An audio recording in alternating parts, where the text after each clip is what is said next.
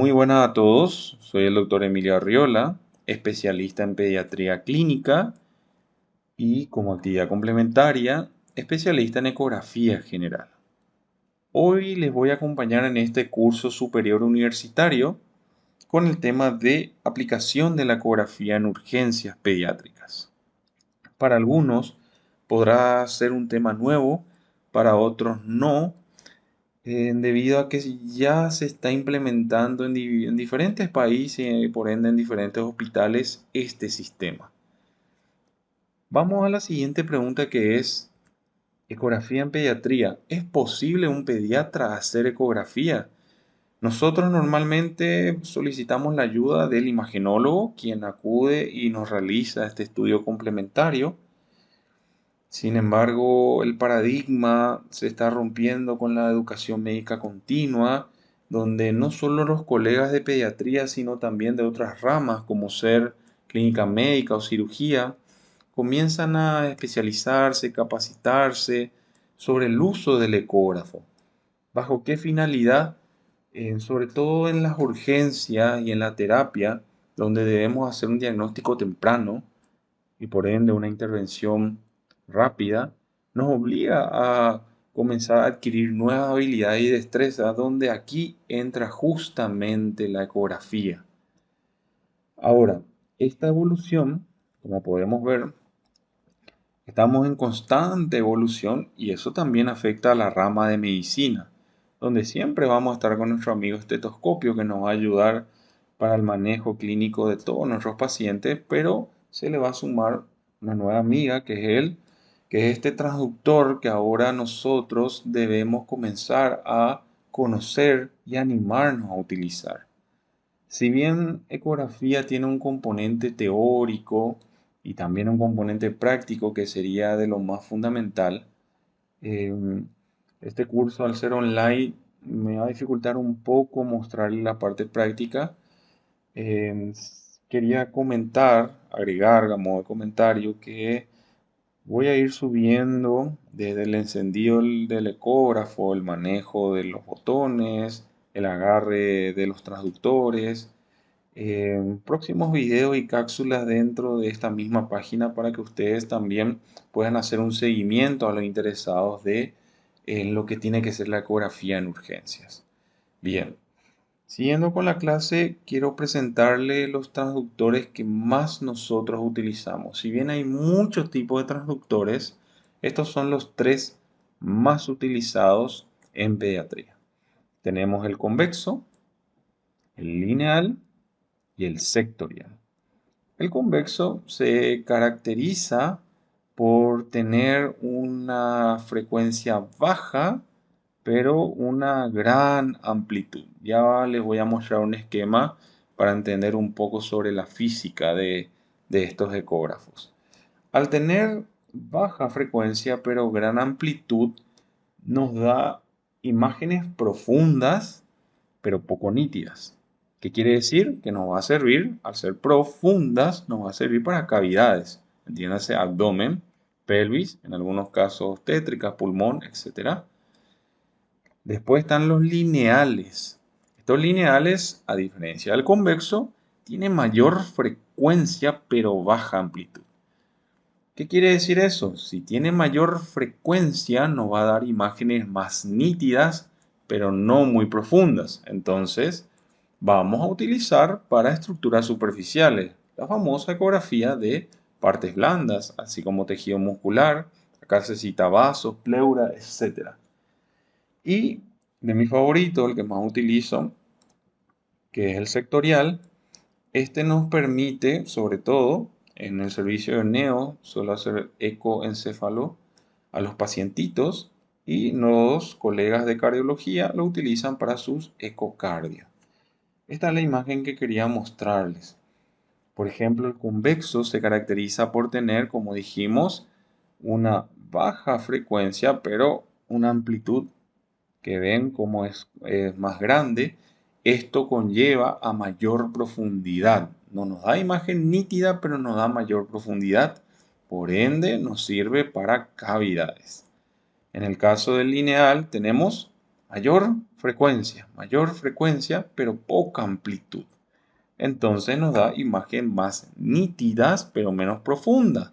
Por eso se usa para superficiales, ¿sí?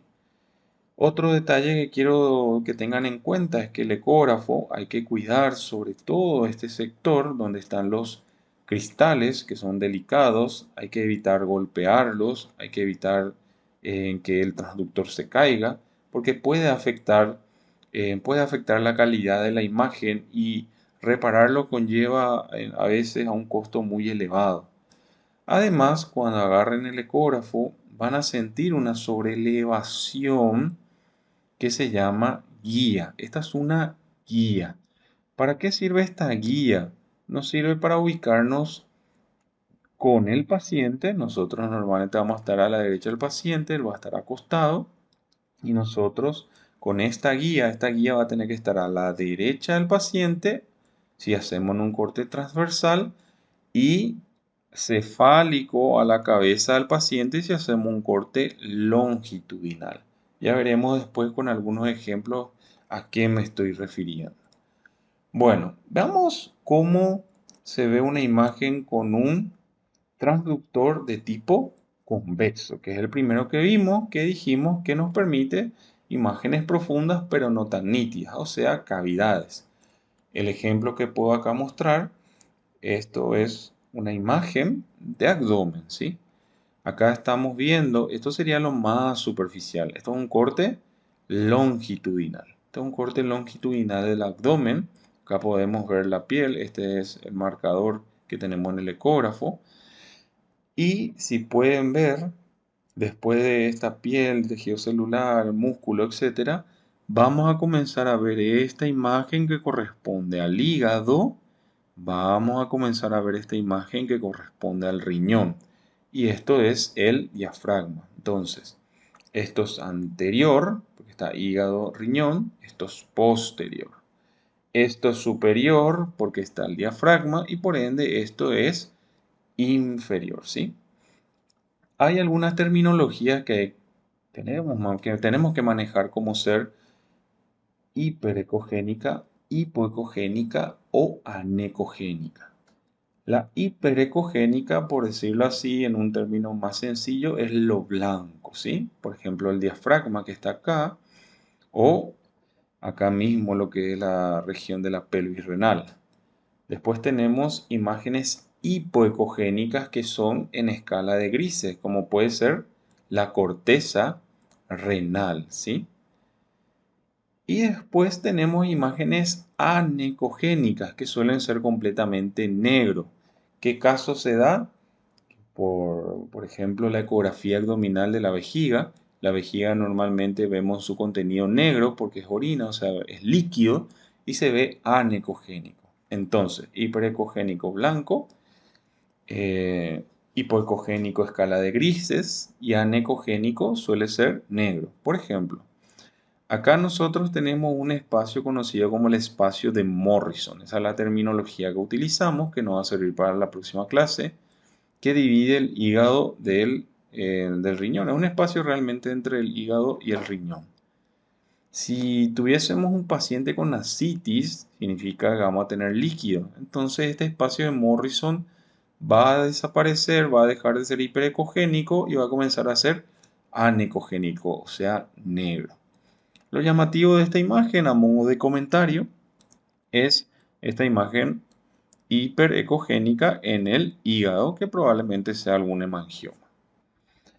El siguiente transductor que mencionamos era el transverso, que dijimos que nos da imágenes más nítidas pero menos profundas.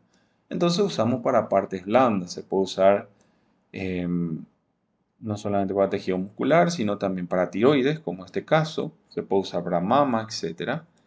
Acá, esto es anterior, esto es posterior y esto es lateral. Acá tenemos la piel y los músculos yoideos. Esto es la glándula tiroides. Esto es el istmo de la glándula y estos son sus lóbulos izquierdo y derecho. Acá en el centro ya tenemos el eje visceral de la región cervical, donde estarían las vías aéreas. Esta imagen que vemos acá correspondería a la tríada cervical, Recuerden acá negro, esto es un vaso. Esta es la vena yugular interna, las arterias carotidas primitiva o común, que también tenemos a ese nivel, y el nervio vago o nervio neumogástrico, formando lo que sería el paquete vasculo nervioso cervical. Estos son comentarios dentro de nuestros ejemplos. Y por último nos falta el sectorial, que les traje un pacientito mío en un corte coronal.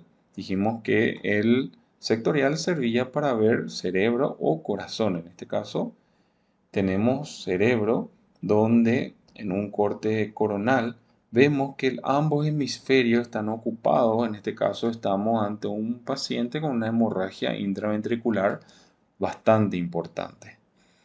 Bueno, prosiguiendo con esto, nos hacemos la pregunta: ¿un pediatra puede manejar un ecógrafo? Normalmente abrimos el ecógrafo y encontramos todo esto, nos ponemos ansiosos, pero el ecógrafo no es muy complicado de utilizar realmente. Ya como les mencioné, subiré más adelante un video explicando desde su encendido hasta sus diferentes usos de cómo registrar a nuestro pacientito, cómo mover el Cinelud. Este nos sirve, por ejemplo, para mover el mouse dentro de nuestra computadora, ¿sí? También tenemos el zoom, podemos frizar, significa podemos congelar la imagen. Al congelar la imagen podemos medirla. Al medir la imagen también podemos grabarla. Y esto, por ejemplo, a mí me sirve mucho para el seguimiento del paciente. Puedo grabar a mi paciente dentro del ecógrafo y a la vez pasar esa información en un pendrive y darle continuidad. ¿En qué nos va a servir en la urgencia manejar esto? En grabar a un paciente ante un evento de urgencia y a la vez después de aplicarle una terapéutica, volver a controlarle y volver a grabar el avance. De esa manera nos sirve a nosotros como un registro de mejora o no de nuestro paciente tras un procedimiento de urgencia. Por supuesto, es importante mantener la buena relación médico-paciente. Recordar que cuando un niño es sometido a un estudio conlleva una angustia a los padres, por lo que es importante que ellos estén presentes en el estudio, comentarles qué se le está haciendo a su hijo, explicarles que no es un método invasivo, que no genera complicaciones, que no vamos a pasarle radiación, que va a ser rápido y que nos va a ayudar en la terapéutica de su hijo. Entonces, este cuidado médico-paciente no debemos dejar pasar y siempre hablar a los padres, porque el silencio dentro del consultorio o dentro de la sala de procedimiento de ecografía resulta realmente incómodo para los cuidadores o padres, que suele ser motivo de reclamo posteriores. ¿Qué indicaciones tiene la ecografía en la urgencia? Y tenemos varias indicaciones. Vamos a ver posteriormente en otra clase los protocolos que se aplican. Eh, Entre estos podemos mencionar algunos que nos sirven para el shock. Podemos mencionar también la ECOFAS. Podemos buscar líquido libre en cavidades. Podemos también utilizarlo en caso de fractura. Podemos también utilizarlo en caso de derrame o en otras patologías que comprometan a nuestro pacientito de forma urgente y que requiera justamente una intervención rápida y adecuada. Acá podemos observar el ejemplo de cómo un órgano o sistema, que en este caso sería el pulmonar, puede contener varias patologías. Una sugerencia es volver a dar una mirada a anatomía. Hoy día podemos encontrar aplicaciones donde el cuerpo humano se ve en 3D. Nosotros tenemos que entender el cuerpo por capas, de superficial a profundo, para poder saber qué es normal y qué no. Vean cómo solamente aquí tenemos varias patologías, algunas fracturas, tumoraciones, atelectasia, derrame, etcétera. Eso otra vez conlleva otros signos, signos de murciélago, en líneas B, signos de la playa, etcétera, que debemos entender y manejar. Posteriormente también estaremos subiendo una clase un poco más detallada sobre estas enfermedades que podemos encontrar en el pulmón, que es bastante interesante dentro del manejo de las urgencias.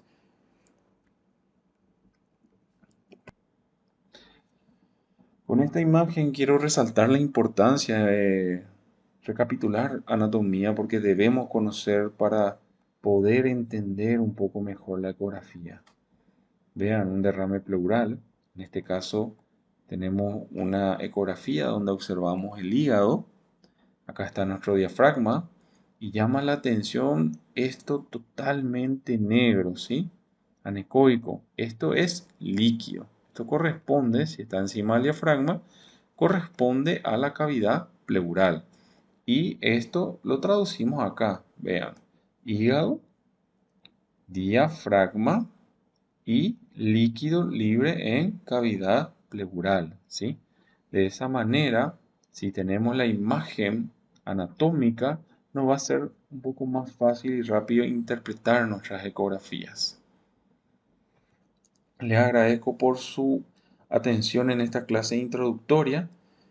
Como les dije, algo ya más bien básico que quería desarrollar, conocer los tipos de transductores, conocer en qué caso utilizamos.